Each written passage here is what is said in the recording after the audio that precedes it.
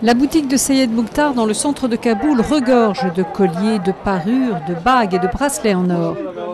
Les clients, en revanche, sont peu nombreux. Selon Mukhtar, les affaires ont chuté de 90% en un an. Alors que la guerre contre les talibans entre dans sa 9e année, c'est l'insécurité chronique qui explique la mauvaise conjoncture. Alors que la sécurité s'aggrave, les femmes qui sont les principaux acheteurs n'ont plus le droit de sortir. Elles craignent les attaques suicides ou d'autres dangers.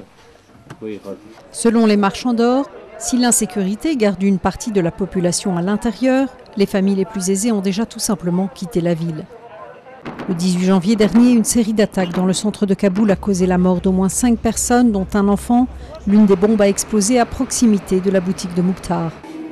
Pour de nombreux marchands d'or, cet épisode fut bel et bien le pire moment d'une période déjà difficile, mais personne ne voit la situation s'arranger prochainement. Si une telle insécurité continue en Afghanistan avec les enlèvements et les explosions, je ne pense pas que qui que ce soit voudra investir dans ce pays. Pour les Afghans, comme pour beaucoup dans cette région du monde, l'or est un cadeau de mariage traditionnel. Les investisseurs internationaux voient de plus en plus d'espoir dans l'or, mais ce n'est pas forcément une bonne nouvelle pour les vendeurs comme Mukhtar. L'augmentation du prix de l'or ne m'arrange pas. Plus les prix sont hauts, plus mes affaires sont basses. Le prix élevé de l'or a également pour effet d'inciter les gens à revendre leurs possessions.